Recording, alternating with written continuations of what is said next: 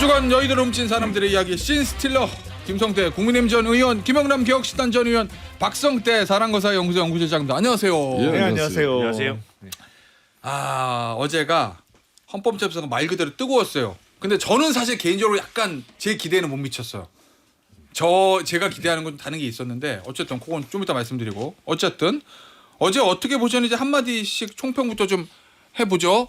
의원님 어떻게 보셨습니까 어저께? 아무래도 어제 참 헌재 재판소에서 마지막 이제 윤석열 대통령이 발언 기회를 얻어서 한 발언이 그게 난 상당히 기억에 남죠. 요거요 달? 네, 호수에 뭐 예. 달 그림자 같은 걸 쫓는 그런 느낌. 그러니까 이분이 참 이제는 많은 절제를 하고 있고 또 뭐 지금 구치소에 있으니까 뭐 술도 못 마시고 또 그동안 뭐 밀린 잠도 다 자면서 많은 생각을 했구나. 보통 그러니까 실체적인 내용 없는 걸 가지고 왜 나를 갖다 이렇게 내란 수범으로 만들고 이런 건데 의원님 그런 뜬구름 잡는 이야기다 이렇게 표현할 수 있는데 이 문학적인 표현을 했다는 의원님 일단 말씀하셨으니까 잠시 죄송한데 그거 얘기 좀 대통령 목적 직접 들어보고 이야기 계속 들을게요. 그래요, 그러세요. 예, 일단 어제 그 대통령 이야기 좀 들어보죠. 얘기. 실제 아무런 일도 일어나지 않았는데 뭐 지시를 했니, 지시를 받았니, 뭐 이런 얘기들이 마치 어떤 호수 위에 떠 있는 달 그림자 같은 거를 쫓아가는 그런 느낌을 좀 많이 받았고요. 훌륭한 그 장군들의 그 진술에 대해서 뭐 이러니 저러니 제가 말을 섞고 이러고 싶지는 않습니다만은 그게 과연 상식적으로 가능한 얘기인지. 어제 조 대목이 예. 저는 뭐 어제 사실상 5차 헌재 변론 기일의 모든 것을 다 설명하지 않나 이렇게 보고 있습니다. 어떤 의미에서요? 호수 위에 떠 있는 달 그림자 그게. 그러니까 이제 윤석열 대통령 입장에서는 자신이 13 비상계엄 자체를 갖다 통치권의 행위로서 정말 불가피한 전시 뭐 사변은 아니었지만은 참 비상적인 상황에서 할 수밖에 없었던 자신의 정당성이나 당위성을 뭐 주장하면서 지금 탄핵 심판에서 지금 국회 소추 의결된 이 내용을 기각으로 가져가기 위한 그런 정말 많은 노력과 또 실천 저런 게 헌재에서 저렇게 비춰지구나. 적어도 내가 아까 표현하지만 호수 위에 떠 있는 달 그림자 쫓는다. 이건 상당히 문학 청년 아니면 이런 표현 못해요. 그냥 뜬구름 잡는 이야기로 그 이야기의 핵심은 실체 없는 내용 가지고 왜 아무것도 아닌 거 가지고 아닌 가지고 이 이야기거든요. 그걸 저렇게 생각하고 또 저렇게 가져가고 있다는 것은 지금 이제 뭐 윤석열 대통령 변호인 측이나 또 당내 이제 윤석열 대통령을 적극적으로 따르는 그런 뭐 세력들 뭐 이 사람들이 앞으로 정치 활동을 어떻게 해야 되는 건지 뭐 여실없이 보여주는 건 단면이죠. 정치 활동 어떻게 해야 되는데요? 지금 계속 하고 있잖아요. 그러니까 뭐 비대위원장이나 원내 그러니까 대통령이 그러면은 그 표현으로서 국민의힘 지도부와 본인 딴의 의원들에게 방향을 잡아준 거다. 그게 모든 면을 윤석열 대통령이 지금 현재 헌재 심판에 임하는 자신의 각오와 자세, 향후 또 전략 이런 게 어제 5차 이 변론 기일에서 어제는 헌재 재판관이 윤석열 대통령에게 쉽게 말하면 이 정인에 대한 질문을 못하게 했잖아요. 맞아요. 양측 변호인들만 딱 질의하고 답변을 할 수 있도록 해야겠고. 알겠습니다. 국문학을 전공하셨기 때문에 말 분석에 탁월한 사람과 사회를 연구하는 박 실장의 보기에는 그러면 이 호수 위에 떠 있는 달 그림자 같은 거 김성태 의원님의 해석대로는 이거는 대통령의 앞으로의 현재 재판에서의 방향성 그리고 대통령을 따르는 의원들에 대한 정치 활동의 방향성을 제시한 거다. 이런 뭐 계속 뭐 아무 일도 일어나지 않았다. 경고성 계엄이다라는 논리에 일관된 입장 속에 있는 거고요. 근데 사실관계가 틀렸죠. 일단 아무 일도 일어난 게 아닙니다. 국회에 군인이 들어갔고 그냥 깨진 유리창의 문제가 아니라 예. 우리나라 국격이 떨어졌고 예. 민주주의가 훼손됐고 실질적으로는 어제 나온 뉴스인데요. 12월에 소매 판매액 지수가 3.3%가 줄었습니다. 예. 수많은 한계 상황에 놓인 자영업자들이 예. 대통령의 계엄 때문에 소비가 줄면서 문을 닫은 사람이 꽤 있을 거예요. 예. 이걸 왜 대통령은 이건 실질적인 경제에 대한 건데 예. 왜 대통령이 아무 일도 일어나지 않았다라고 하는 거고 전 국민이 뭐 전 국민은 아니겠지만 뭐 상당수가 화병이 났거든요 지금. 분노하고 제 주변 분들도 뭐 꼭 뭐 진보 쪽이냐 보수 쪽이냐를 떠나서 이건 너무하지 않냐. 화병 있는 사람이 많아요. 이게 왜 아무 일도 일어나지 않았습니까? 이게 실질적인 얘기고 또 하나 이제 표현의 문제를 두고 보면 대통령이 아마 호수에 떠 있는 달처럼 저런 문학적인 표현을 쓴 건 본인도 제가 추정컨대 20년 만에 처음일 것 같아요. 시간이 추정이에요. 많구나. 예. 제가 네. 모르죠 사실은. 근데 네. 시간이 많긴 하구나라는 생각을 했습니다. 김영남 의원은 어떻게 들으셨어요? 호수 위에 떠 있는 달 그림자를 보고 내가 손만 뻗으면 달을 소나기에 줄 수 있다고 생각을 했던 거죠 본인이. 본인이 그러니까 문학으로 대응하시면요. 아니 달은 예. 하늘에 떠 있는 달은 손만 뻗으면 잡을 수 있는 사람은 없죠. 예. 근데 호수 위에 떠 있는 달 그림자를 보고 야 이거 내가 손만 뻗어서 쭉 뻗어서 하면 달을 내 소나기에 줄 수 있구나라는 착각을 했던 거죠. 그러니까 야 그 특전사 요원 좀 풀어갖고 국회 점령하고 비상계엄 선포해서 선관위 털어갖고 뭐 부정선거의 결과물이다 22대 국회 구성은 그래서 국회 해산하고 비상입법기구 만들어서 거기서 내가 원하는 법 그냥 쫙 일사천리로 통과시키고 하면 내가 그냥 천하를 쥐는 거야. 네. 달을 내 소나기에 줄 수 있는 거야. 라고 착각을 본인이 했었죠. 본인의 착각의 발로다. 그렇죠. 네. 그야말로 호수 위에 떠 있는 달 그림자를 본인이 잡으려고 했지. 근데 그러려고 손에다가 그 물에다가 손을 쫙 뻗어서 집어넣는데 예. 차갑기만 했죠. 달은 잡진 못했고. 그렇구나. 알겠습니다. 예. 그거를 떠올렸어요 저는. 그래서 문학적이세요. 예. 아니 그리고 그냥 한마디로 표현하면 역시 개전의 정이 전혀 안 보인다. 그러니까 반성하지 않고 있구나. 예. 아니 근데 확실히 대통령이 한 지금 2년 반 동안 여러 메시지를 냈는데 대통령이 약간 비유적인 표현, 약간 이 좀 뭐 문학적인 표현이라고 이런 거는 저도 처음 들어본 것 같긴 해요. 그러니까 이 엄중한 시국에 예. 본인의 생사 여탈을 지고 있는 헌재 재판관 앞에서 예. 정말 호수 위에 떠 있는 달 그림자 같은 걸 쫓는 그런 상황. 예. 이건 상당히 저는 표현을 어떻게 하죠? 보통 사람들 같으면 이게 뭐 뜬구름 잡는 거 아닙니까? 실체 없지 않습니까? 어떤 피해가 있었습니까? 어떤 정치인 구금 체포가 있었습니까? 이렇게 원색적으로 들어갈 수도 있는데 이런 표현으로 이제 갔다는 거죠. 이게 이제 현재 재판관들의 이제 쉽게 말하면 감정은 건드리지 않으면서도 지금 일련의 검찰 수사라든지 공수처에서 어떤 수사 단계에서의 자기 체포 뭐 이런 뭐 또 기소 이런 부분에 대한 모든 걸 거기에 함축하고 있는 거예요. 알겠습니다. 자, 어제 나왔던 증인들의 이야기 하나씩 좀 보죠. 제가 앞서 제 기대보다는 좀 덜 재미라고 그러면 덜 다이내믹했다고 제가 말씀드린 이유는 저는 김영현 전 장관한테 좀 대통령 직접 반대 신문하고 이런 거를 좀 기대했었는데 그걸 헌재가 이제 못하게 해서 대통령과 증인들이 이제 좀 논박을 벌이는 걸 좀 보고 싶었는데 그걸 못 봤다는 그런 개인적인 아쉬움이었고 자 그런데 하나씩 뭐 이진우 전 사령관 특히 뭐 여인영 전 사령관 좀 그렇긴 한데 특히 이진우 전 수방사령관 같은 경우에는 검찰 조사에서 본인이 했다고 알려진 거 우리가 검찰 공소장을 통해서 봤던 거 진술을 많이 뒤집었어요. 일단은 이진우 전 수방사령관 같은 경우에는 나는 비상계엄이 뭐 적법하다고 생각했는 걸 요거 그리고 중요한 구체적인 거에 대해서는 나는 얘기할 수 없다. 이렇게 진술을 좀 뒤집거나 증언 거부를 했거든요. 어떤 전략이라고 보세요, 이거?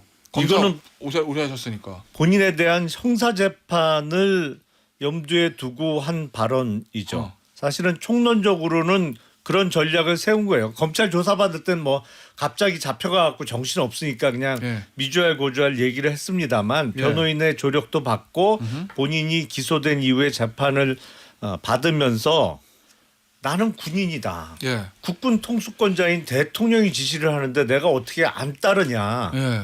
시키는 대로 할 수밖에 없지. 예. 그리고 내가 비상계엄의 적법 불법을 판단할 입장도 아니지만 나는 그때 당시에는 적법하다고 믿었다. 그러니까 일종의 정당 행위를 한 거다. 예. 그러니까 나는 일단 그런 부분에 있어서 형사적 책임은 없다라는 주장을 할 거예요. 이제 앞으로 형사 재판에서. 그런데 구체적인 사안에 대해서 헌재 재판정 나가서 사실과 다른 얘기를 하면 또 위증죄가 추가되잖아요. 그러니까 구체적인 사실에 대해서는 증언 거부하는 거지. 예. 답변이 제한된다. 뭐 답변 안 하겠다는 취지를 유지합니다만 예. 총론적으로는 나는 명령에 따랐을 뿐이고 당시 비상계엄은 적법하다고 믿었다. 예. 이 주장은 앞으로도 계속할 겁니다. 제가 보기에. 근데 의원님 예. 어제 이제 국회 국조특위에 보면은 그 곽종근 특수정사령관 나왔잖아요. 예. 내일 이제 헌재에 나옵니다. 근데 그 전 사령관은 요원이 아니라 의원 끌어내라고 지시를 받았다라고 어제 국조특위에서 얘기했어요. 그렇습니다. 그럼 내일 헌재 가서도 얘기하겠죠. 검찰에서 얘기했던 거 그렇습니다. 마찬가지로 두 사람 다 지금 대체로 지금 홍정은 구속 예. 차장하고 예. 각종군 특전사 사령관은 예. 지금까지 그냥 13 비상계엄 이후에 어허.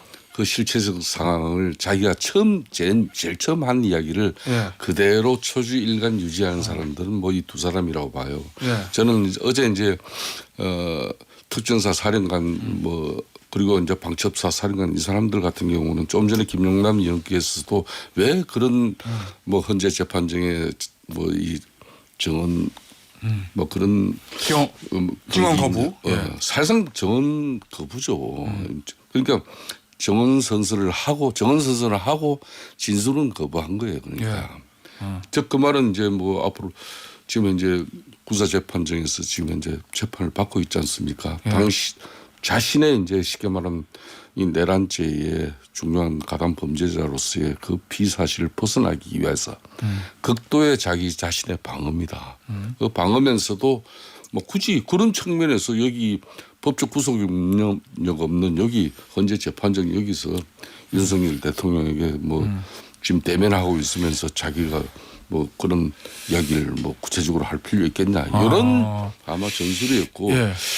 각종군 특전사 사령관 같은 경우는 대체적으로 뭐 좀 초지일관이에요. 예. 이분이 이제 과연 이분도 지금 이제 6차 이제 변론기일에 헌재에서도 그 입장을 그대로 유지할 건지 이건 또 뭐 모르겠습니다만은 현재까지로는 그렇게 보이죠. 알겠습니다. 박 실장 자 사령과 사회를 또 연구합니다. 예. 이진우 여인영 두 전직 사령관은 아주 그냥 심플하게 얘기하면 대통령 편. 아 이거 너무 단순한가? 대통령 편은 아니라고 아니 어쨌든 봐요. 대통령이 조금 그래도 유리한 이야기. 예. 곽종근 전 사령관하고 홍장원 전 차장은 대통령에게 불리한 이야기. 이렇게 하고 있어요. 입장이 갈리잖아요 지금. 이게 사실은 간단한 게 아니잖아요. 특히 물론 뭐 홍장원 전 차장은 기소는 안 됐습니다만. 예. 이거 어디서 나온 차이예요? 각자 이해관계에 따라 다른 것 같아요. 이해관계에서 선택한 전략이 다른 거다. 이해관계. 그러니까 여인영 사령관과 이진우 사령관은 내란의 중요임무 종사자로 기소가 돼 있잖아요. 예. 이게 뭐 5년 이상이던가요? 중형입니다. 최하. 예. 그렇기 때문에 본인은 대통령의 지시를 그냥 따른 거다. 항명죄로 묻겠다고 하니 지시를 안 따르면 난 따랐다라는 거에서 본인이 살기 위해서 사실은 뭐 대통령의 불법 계엄인지 어찌 자기는 판단할 권한도 없고 불법 계엄인 줄 알았다고 하면 본인이 내란 임무 종사자가 되잖아요. 그러니까 그게 아니다라는 취지에서 그 스탠스에서 계속 얘기하고 있고 곽종근 전 특전사 사령관의 경우는 솔직하게 다 얘기하고 뭐 그걸 노리는지 모르겠지만 차라리 좀 감경을 받겠다 이런 전략을 취하는 것 같고 홍장원 차장은 그런 걸 고민할 필요가 없죠. 기소가 안 됐으니까. 기소가 안 됐고 기소가 안 된 이유는 불법적인 지시를 따르지 않았기 때문에 기소가 안 된 거예요. 그러면 여인영 사령관이나 이진우 사령관의 말이 맞느냐? 이분들은 이미 지난 6월 관저 만찬, 그다음에 11월 9일 만찬, 또 예를 들어서 12월 2일에 이진우 사령관도 얘기한 바가 있습니다. 당시에 계엄을 할 때만 어떻게 해야 되냐? 김영은 장관이 물으니까 준비하는 거 가져가라 하니까 뭐 이렇게 쭉 준비한 자기신의 서류가 있거든요. 그러면 본인은 어제 헌법재판소에서는 그렇게 얘기를 했어요. 그거는 그냥 무슨 비상 상황이 났을 때 어떻게 해야 되는지에 대해서 본인이 준비한 거다. 보고한 거다라고 얘기했는데 그 안에 뭐가 있냐면 출동하는 부대원들의 휴대폰을 통합 관리한다는 내용이 들어가 있어요. 그러면 뭐 예를 들어 대테러 상황에 나갔다든지 훈련을 나갔다든지 휴대폰을 왜 통합 보안합니까? 이거는 보안을 요구하는 계엄 상황이라는 걸 본인도 알고 있었다는 얘기예요. 그런데 지금 계속 형사재판에 대응하기 위해서 말을 않고 예. 또는 축소시키고 있다고 봅니다. 알겠습니다. 어제 이제 있었던 사람들 중에 나왔던 증인 3명 중에서 대통령하고 입장이 제일 갈렸던 게 홍장원 전 국정원 2차장이거든요. 정치인 체포 지시와 관련된 겁니다. 참고로 말씀드리면 홍장원 제2차장은 기소 안 됐어요. 지금 형사재판을 받지 않아요. 홍장원 1차장이군요. 홍장원 전 국정원 1차장이 그동안 계속돼서 그렇게 얘기했죠. 체포 싹 다 잡아들여 이렇게 대통령에게 지시를 받았다. 그리고 여인영 방청사령관으로부터 명단을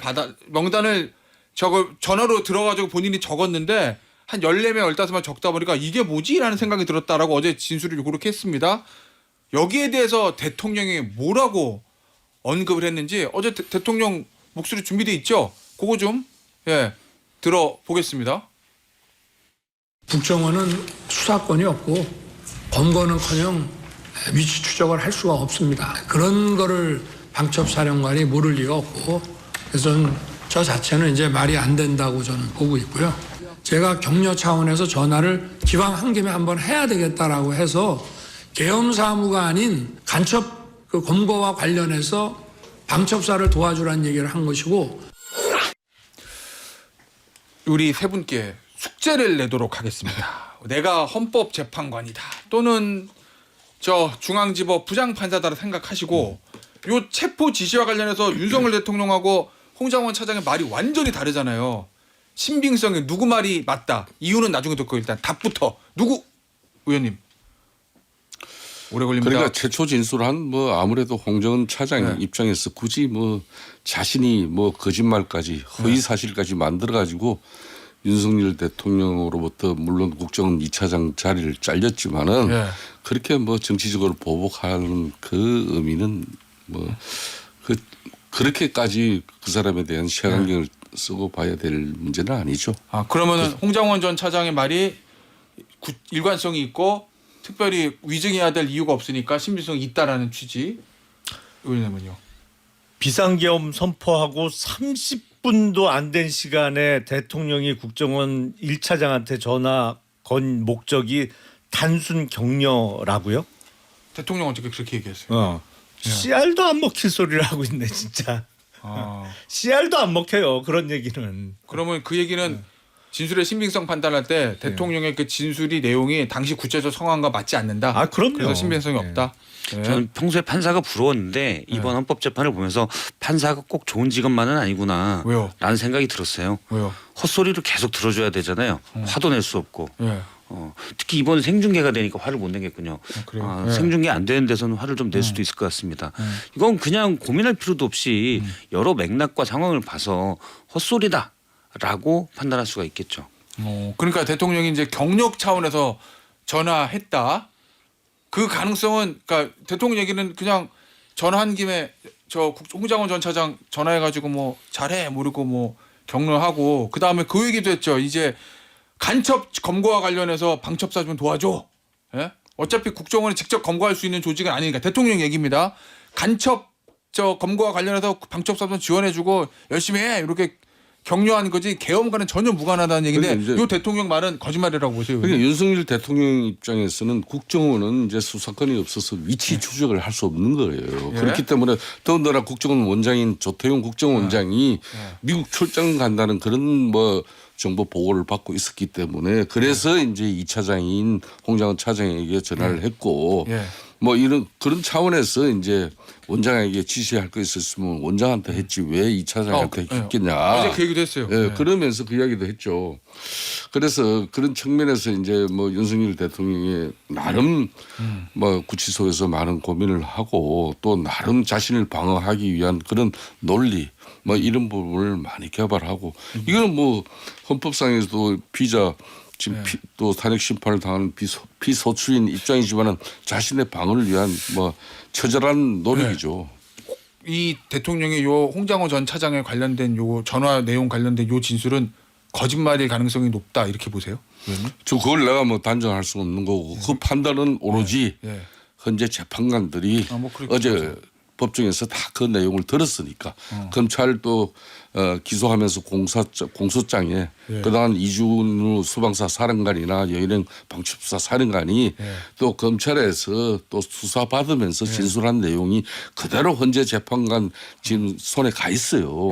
그렇기 때문에 그 공소장 내용하고 이제 어제 현재 재판정에서 윤석열 대통령이 자기 방어권 차원에서 한 이야기하고 그 실체적 내용에 대한 최종적인 판단은 그분들이 하는 거죠. 뭐 그렇죠. 만약 대통령의 말이 사실이라면 대통령은 사이코패스예요. 왜냐하면 또 뭐 심하게 들으신 가정 그렇죠. 예. 말이 사실이라면 사실이라면 왜냐하면 비상계엄을 그 40여 년 만에 45년 만에 비상계엄을 선포하고 5,400명이 넘는 군인과 경찰을 국회와 선관위에 난입시키고 그렇잖아요. 그다음에 사실 계엄령이라는 게 국민의 기본권을 그냥 군인의 총칼로 제한하는 거예요. 그런데 그걸 해놓고는 태연하게 국정원에 전화해서 이 계엄과는 아무 상관없이 격려하고 갑자기 간첩들을 좀 이 기회에 좀 잡아라고 얘기했다? 상식적으로 납득이 안 되잖아요. 그거는 불과 30분 전에 계엄령을 선포하고 45년 만에 갑자기 아주 평상 배달 음식도 그럼 하나 시켜 먹고 어디 축구 경기도 보고 했어야죠. 안 맞잖아요. 그건 어떻게 보세요? 어제 이제 대통령 그 얘기 하던데 앞서 김성태 의원님도 잠시 언급을 해주셨는데 내가 업무 지시할 거 국정원 관련돼서 지시할 거 있으면 국정원장한테 하고 요 체포 관련된 거면 국내 얘기니까 이 파트 2차장 국내 파트 2차장한테 하지 왜 해외 파트 1차장한테 합니까? 라고 어제 대통령이 그렇게 얘기했는데 그건 어떻게 보세요? 아니 그거는 대통령이 상식적이고 합리적인 인물일 때 그렇게 하는 거죠. 아 그래요? 원래는 그렇죠. 원래는 그렇게 하는 게 맞죠. 원래는 근데 상황을 보세요. 예. 비상계엄 선포를 밤 10시 반에 했어요. 예. 그리고 홍장원 1차장하고 통화한 게 10시 53분이에요. 그러니까 비상계엄 바로. 선포하고 30분도 안 된 시점에 건 전화가 단순 격려 전화였다는 것도 말이 안 되고 이게 그 어제 본인의 3분여간의 발언에서 한 얘기 있잖아요. 뭐요? 상식적으로 과연 상식적으로 가능한 얘기냐? 가능하지 않죠. 근데 그걸 본인이 했잖아요. 그러니까 모든 국가 시스템이나 법 체계를 무시하고 깡그리 망가뜨리면서 한 비상계엄 선포란 말이에요. 그거 제대로 했을 리가 없지. 그런데요 어제 상당히 그 윤석열 대통령이 대체로 그러면 전부 다 뭐 자신이 그 실체적 내용을 부정하고 또 허위로 또 자신의 방어권을 또 이렇게 지키고 있나 이런 게 하면 또 한편은 저는 상당히 이런 게 있었어요. 어제 윤석열 대통령이 내가 선관위에 군 투입을 지시했다. 이 부분은 그건 얘기했어요. 이 부분은 상당히 앞으로 현재 재판관들이 그러니까 탄핵 심판의 어떤 판단을 하는데 그건 대통령으로서 아무리 뭐 비상계엄을 뭐 대통령이 통치 권한으로 했다 그러지만은 그러면 지금 가장 문제가 되는 게 입법기관인 국회를 갖다가 국회 권능과 기능을 해제시키려고 했는지 중단시키고 또 하나는 선관위는 왜 갔냐 이거 아닙니까? 그런데 선관위를 갖다가 군 투입을 자신이 직접 지시했다. 그 공소장도 없는 내용인데 왜? 어제 내가 바로 지적한 거예요. 검찰 공소장에도 그 내용은 빠져 있어요. 그 통으로. 그걸 어제 윤석열 대통령 현재 재판정에서 본인이 그런 이야기를 한 것은 전부 다 이분이 그냥 허위 사실로 자신을 방어하는 어떤 그런 뭐 진면목만 다 볼 수 있는 것도 아니고 이런 부분에 대해서는 또 실체적 내용을 또 이야기를 한 거 아니냐 이렇게 볼 수도 있는 거예요. 그거 이 선관위 군 투입은 내가 김용현 전 장관에게 지시했어라는 공소장에도 없는 내용을 대통령이 어제 얘기한 게 왜 그랬을까? 대통령이 유리한 건지 불리한 건지는 불리한 거죠. 광고 듣고 3부에서 얘기할게요. 앞서 2부에서 하다만 얘기. 저 선관위 내가 군 투입 지시했어. 요거 불리한 거예요, 유리한 거예요? 왜 했어요? 아니 법적으로는 불리하지만 그 발언을 한 이유는 명확하죠. 뭐요? 사실은 지금 대통령에 대해서 민심이 호전되고 있다라고 본인 스스로 판단한 것 중에 가장 큰 이유는 부정선거론이 먹힌다고 판단한 것이거든요. 그렇기 때문에 자기가 비상계엄을 선포한 거에 근거 내지는 정당성의 이유로 부정선거 얘기를 지금 계속 하고 있기 때문에 당연히 그런 이유에서 내가 선관위에 군을 보낸 것도 다 부정선거를 밝히기 위한 것이다. 비상계엄 선포의 정당성을 주장하는 내용인 것이죠. 그건 뭐 명확해요. 사실 법적 공소장에 불리함을 무릅쓰고 정치적으로 유리함을 택했다. 그럼요. 그런데 윤석열 대통령 공소장에 비슷한 대목은 약간 나옵니다. 그러니까 군 투입에 관해서 얘기할 때 김영현 전 장관에게 몇 명을 투입할 수 있냐, 몇 명 수도권에 3, 4만 명이라고 하니까 그러면 간부로만 1,000명. 그러면 국회와 선관위에 들어가면 되겠네라고 얘기한 바가 있습니다. 그래서 사실상 이미 국회나 선관위의 군 투입에 대해서 대통령이 최종 결정했다는 대목이 그런 걸 시사하는 대목이 나옵니다. 알겠습니다. 헌재 얘기는 여기서 마무리하고 서울구치소 이제 여의도로 가보도록 하겠습니다. 이 대통령 서울구치소에 접견을 월요일 아침에 갔어요. 의원님. 예. 권성동 원내대표, 권영세 비대위원장, 나경원 의원. 권성동 원내대표하고 권성동 원내대표 인간존 도리로 가는 거다라고 얘기했고 뭐 비판을 받든 어쨌든 투권은 뭐 지도부니까 그렇다 하고 본인들은 지도부 입장에서 간 거 아니라고 하지만 어찌 됐건 나경원 의원이 가까웠거든요. 근데 어제 조선일보 보니까 나경원 의원은 윤석열 대통령 측에서 원했다. 그래서 이제 갔다고 보도가 되더라고요. 왜 대통령 측은 나경원 의원을 원했을까요? 그러니까 나경원 의원이 이제 서울구치소를 간 자체가 약간은 생뚱맞을 수가 있잖아요. 예. 원래 이제 권선동 원내대표 입장에서는 자기가 친구고 또 그렇기 때문에 인간적 도리를 다하기 위해서 자기는 간다. 진짜 조용히 갔다 오려고 했다. 조용히 갔다 오고 뭐 그렇게 이걸 뭐 정치적으로 또 이제 국민의힘이 이제 뭐 이게 또 그에 대한 또 여론 심판을 받길 자기는 원치 않았죠.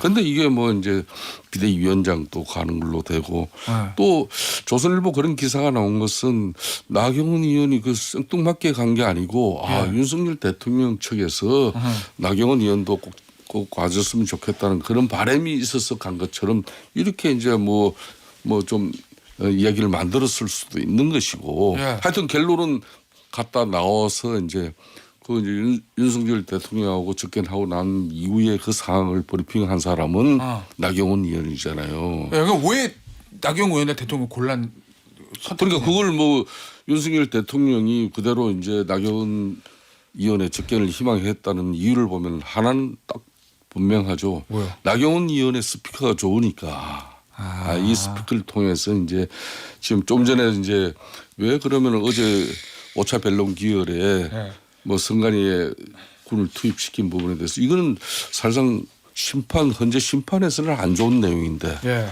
이거는 보수 진영의 결집을 부정선거에 대한 그런 윤석열에 대한 확고한 의지 이런 부분을 통해서 지지 여론층을 결속을 유지하기를 하는 측면에서는 그건 상당히 저는 뭐 윤석열 대통령 입장에서는 의미 있는 입장을 낸 거예요. 그렇듯이 지금 현재 이제 앞으로 이제 어제 윤석열 대통령 측에서 이제 국민의힘의 조력과 도움을 받지만은 이게 정치적으로 좀 더 국민의힘이 자신의 포켓 정당으로 인식되어지는 부분이나 또 마음대로 주무를 수 있는 그런 정당으로 비춰지면은 본인의 앞으로 뭐 이런 법원이든 또 헌재 심판 과정에서의 국민 여론이 악화될 수 있다. 그래서 이제 제안하는데 그렇다면은 나경원까지 불러서 나경원이 좀 스피커로 활용하는 그런 측면 그 이상이 이하도 아닌 것 같아요. 저는. 국민의힘 의원들 중에서 전국적인 인지도로 따지면 거의 1등인 나경원 의원을 스피커로 골랐을 것이다라는 게 김성태 의원의 분석이에요. 동의합니다. 그러니까 일단 거기에 대한 동의? 거기서에 대해서도 아니면 나경원 의원이 조금 그 적극적으로 대시했을 수도 있죠. 그러니까 나경원 의원 아마 다음에 전당대회에서는 반드시 그 계속 실패했던 당 대표 꼭 한번 하고 싶은 의지가 불타는 것 같은데 뭐 양자간의 그 욕구가 맞았을 수도 있겠죠. 나경원 의원도 뭔가 이게 인지도를 더 높이고 뭐 인지도는 더 올라갈 수는 없어요. 근데 대통령 지지층에게 소고하고 그렇죠. 대통령은 저 스피커를 고르고 뭐 이런 양측의 니즈가 많았다는 건데 자 그러면 박성태 시장도 이거 물어볼게요. 이 선택이 정치적으로 효과가 있는 것이냐? 왜냐하면 그건 대통령 측에서요 아니면 나경원 양쪽 다. 왜냐하면 어제 참고로 말씀드리면 원내대변인인 저 김대식 의원 인터뷰했거든요. 제가 물어봤어요. 그 예를 들면 나경원 의원이 했던 발언 중에서 나치도 선거로 저 집권했는데 민주당이 비슷하다라고 대통령이 말했다. 그래서 민주당이 발끈했던 그거. 김대식 의원은 뭐라고 그랬냐면 나치 발언 만약에 실제로 그 발언이 있으면 그건 잘못된 발언이다. 그래서 본인이 확인했더니 권영세 원내대표, 죄송합니다. 권영세 비대위원장, 권성동 원내대표는 다 나는 아니다. 대통령으로부터 나치 발언 들은 적이 없는데라고 얘기했다. 나경원 의원에게는 확인 못했다. 그러면서 3명 중에서 2명이 아니라고 하면 아닌 거잖아요. 그리고 이제 방송 끝나고 나경원 의원에게 확인해보겠다 그러고 인터뷰가 마쳤거든요. 그 이후에 어떻게 되는지 저는 몰라요. 이게 이제 어제까지 있는 상황인데 자 그러면 나경원 의원은 스피커로 선택한 대통령 전략 성공입니까? 아니면은 저는 대통령으로는 그럴 수 있다고 봐요. 그러니까 인지도도 가장 높고 나경원 의원이 이 전에는 지금은 전혀 아닌데 이 전에는 방송 출연도 많았잖아요. 예. 방송 출연하는 주요 정치인들 김성태 앞에 계신 의원님도 마찬가지고 많은 사람 주요 방송에 출연한 분들은 많은 분들에게 호소력 있는 얘기를 해야 되기 때문에 극단적인 얘기를 잘 못해요. 네. 스스로 필터링이 됩니다. 예. 나경원 의원은 약간 그런 쪽으로 말씀을 잘 하셨었거든요. 근데 지금은 극단적으로 갔죠. 근데 과거에 그런 이미지가 좀 있었기 때문에 그 이미지를 윤석열 대통령이 쓰려고 하는 것으로 보이고 물론 이제 법대 후배로서 뭐 이제부터 알고 있었던 염도 좀 작용했었을 오래됐죠. 것 같고요. 예. 그리고 근데 나경원 의원 측에서 보면 예전에는 그래도 약간 중도층에도 어필하는 면이 있었는데 최근의 발언들은 전혀 거리가 멀고 그거는 극우 지지층의 어떤 지지를 얻고 당내 주요 세력으로 등장하고픈 본인의 욕구가 결합된 것이라고 봐요. 근데 이제 나치 발언 이거는 바로 오늘 또 한 신문 사설에서 그 발언을 인용해서 비판을 했습니다. 언론사의 단전 단수를 지시하는 게 나치다. 대통령이 민주당을 나치라고 했다지만 동아일보의 사설에서 언론사 단전 단수하는 게 나치식이다라고 얘기를 해요. 그거는 마이너스죠 사실은. 저도 근데- 그 발언 들으면서 예, 죄송합니다. 말씀하십시오. 예. 그 생각했어요. 그러니까 나치도 선거로 집권했던 거는 맞는데 예. 똑같은 맥락에서 윤통도 선거로 집권했잖아요. 근데 선거로 집권한 이후에 독재를 하려고 했던 거죠. 물론 히틀러는 성공하고 윤통은 실패했습니다만 그 똑같은 구조예요. 구조상으로는. 그러니까 지금 최근에 민주주의의 위기 물론 대표적으로 미국이라고 할 수도 있는데 많은 곳에서 그런 우려가 나오고 있고 거기서 학자들이 분석하기에는 사실은 예전처럼 쿠데타로 하는 것보다 선거로 된 극단적 지지자 선동가들이 되는 경우가 많다라고 하는데 저는 대표적인 사례가 지금 윤석열 대통령이에요. 알겠습니다. 그러면은 의원님 김성태 의원님 예. 어제 권성동 원내대표는 어쨌든 본인은 진짜 개인적으로 가려고 했는데 판이 좀 커졌고 그리고 권성동 원내대표는 아무런 브리핑을 하지 않고 국회로 갔고 국회에서도 일절 얘기하지 않았어요. 근데 나경원 의원은 서울구치소 앞에서 브리핑을 했거든요. 그러니까 그러면 대통령- 이거 접견을 보는 시각이 그것만 봐도 완전히 다른 거예요. 권성동 저는 원내대표. 내면을 읽을 수가 있어요. 예. 정치 좀 한 사람은. 예. 윤석열 대통령을 갖다가 접견하고 난 이후에 사실상 그 중심의 접견의 중심은 누가 봐도 권성동 원내대표였어요. 예.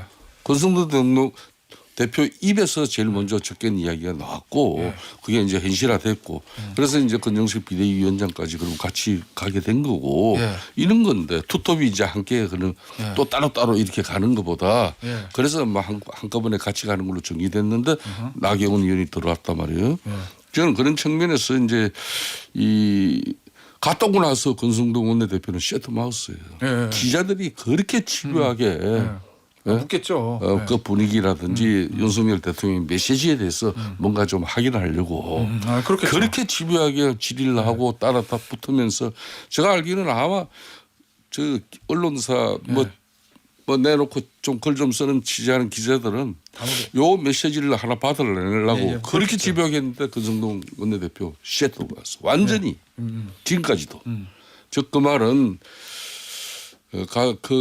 저는 뭐 몇 가지로 그걸 이제 유추를 해봐요. 윤석열 대통령께서 거기서 접견을 하면서 이 투톱 지도부에게 뭔가 주문한 게 있어서 그 엄중함과 또 거기에 따른 또 정치적 부담 때문에 저렇게 입을 닫고 있는 건지 아니면은 정말 나경원 의원이 이렇게 뭐 본인이 대변인을 자처해서 세 사람이 접견한 내용에 그 대변인을 자처해서 이미 했기 때문에 자신은 그 말을 아끼는 건지 뭐 그런 몇 가지 상황을 쭉 고민을 해보는데 저는 하여튼 간에 이 대목에서도 분명히 정치인들은 자신을 위해서 움직입니다. 자기 정치가 최우선이다. 그런 측면에서 이제 윤상현 의원도 그렇고 나경원 의원도 빠른 사람들이에요. 빠른 사람들이. 나경원 의원 누가 말해도 당 대표 재작년에 그 정말 수모를 당하면서까지 당 대표 될 수 있는 그 여론을 갖다가 결국은 접어야 되는 그 아픔도 겪었는데 다시 이 지금 현재 시국에서는 윤석열 대통령하고 관계를 저렇게 보임으로써 자신의 나중에 할 말이 있는 거예요. 나는 이렇게 당했지만은 윤석열 대통령을 위해서 내가 자기가 헌신적으로 나는 알겠습니다. 했다. 이걸 지금 정치적인 메시지를 만들고 있는 거예요. 하나만 더 짚어보죠. 요 이슈와 관련해서 대통령의 옥중 정치, 면회를 통해서 정치인들에게 메시지를 전달하고 그 정치인 나와서 기자들이 얘기하는 요 형태가 계속될 것이다라는 관측이 있었는데 어제 석동현 변호사가 정치인 면회 받지 않겠다고 그랬어요. 일단은 겉으로 드러낸 이유는 지금 재판 준비하느라고 바빠서 면회 받을 수가 없다. 안 하겠다 이렇게 얘기했거든요. 어떤 정치적 의미와 함의가 있을까요? 너무 많이 와서 피곤한가?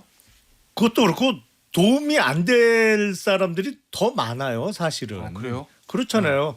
국민의힘 현역 의원 108명 중에 3명은 월요일 날 접견을 했습니다만 나머지 105명 중에 면회하고 나서 정치적으로 도움이 될 만한 사람이 누가 있을까요? 그래요? 그 정도로 그 머리가 샤프하게 돌아가는 사람이 일단 소수인데다가 그리고 3명이 면회를 했는데 한 사람은 들었다고 하고 2사람은 못 들었다고 하잖아요. 그 상황이 낫지 발언.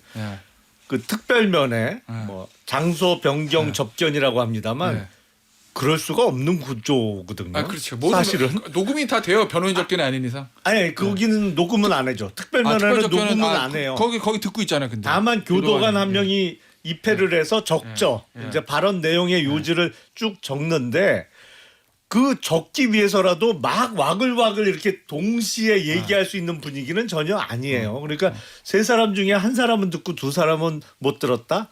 이것도 뭔가 있는 거예요. 그렇습니까? 뭐 정치인들 더 만나봐야 윤 대통령 측에서 왜 그런지 모르겠지만은 더 만나봐야 기껏 해봐야 3명 정도. 뭐 그렇죠. 더 많이 만날 필요는 없잖아요. 아마 대통령 입장에서는 귀찮을 거예요. 그래요? 그런데 문제는 대통령 측이 아니라 여당 측이에요. 명확한 내란 범을 가서 계속 본인들의 정치적 이유를 여지를 주고 가서 메시지를 받아서 전파하고 이게 대한민국 주요 정당의 주요 정치인들이 할 일인가 여기에 대한 반성을 해야죠. 알겠습니다. 근데 어쨌든 뭐 이제 못 가게 됐으니까 어제 어떤 언론 메인 뉴스 보니까 그 인터뷰를 신청하거든요. 거기 수용자 거절로 접견이 어렵습니다라고 이렇게 딱 창이 뜨는 화면을 뉴스에 실었더라고요. 어쨌든 못 간다. 요거고 여당 얘기해보죠. 여당에서는 공식적으로는 절대 없어라고 하지만 어쨌든 조기 대선의 가능성이 0%라고 말할 수는 없는 거죠. 탄핵 심판이 진행되고 있으니까. 이 와중에서 전 대표인 한동훈 전 대표가 설 연휴 때 조갑제닷컴 대표 김종인 전 위원장 그리고 유인태 전 의원을 만났다라는 보도가 어제 하루에 다른 언론사에서 콱콱콱 쏟아졌거든요. 뭔가 한동훈 전 대표가 몸을 푸는 것 같기도 한데 어떻게 보세요? 요 만난 면모들을 딱 보면은 눈에 의원님 보이는 게 있습니까? 그러니까 이게 워밍업이죠. 워밍업인데 한동훈 대표의 이제 뭐 이 판의 이제 정치 참여는 지난 이제 설 이전에부터 뭐 상당히 깊게 나온 이야기인데 많은 사람들 주변 이야기가 설은 지나야 된다. 어떤 경우든 설 지나고 난 이후에 뭐 지금 현재 이 탄핵 국면에서 본인의 역할과 위치를 또 어떻게 잡을 건지 이런 거 다 고민해야 된다. 그러니까 너무 섣부르게 뛰어들어서는 안 된다는 게 대체적으로 중론이었던 것 같아요. 제가 알기로는. 예. 그렇기 때문에 그렇지만 이제 한동훈 대표 입장에서는 이번에 설명절 기간 길었잖아요. 예. 실질적으로만 9일 정도 된 건데 이 기간 중에 그 시간에 많은 사람을 만나고 싶어 한 거죠. 그리고 이제 뭐 김종인 위원장이든 조갑재 뭐 그런 방송인이든 뭐 심지어 이제 유인태 전 예. 국회 사무총장 그건 뭐 정치 대원로죠. 예. 이런 분들도 이제 찾아뵙고 또 만나면서 자신의 이제 그런 쉽게 말하면 풋사과처럼 그렇게 덜 익은 그런 사과 맛이 아닌 이제 예. 좀 약간 이제 사과 맛이 들은 그런 정치인으로서 이제 새롭게 시작하려고 하는 그런 이제 사전의 워밍업을 예.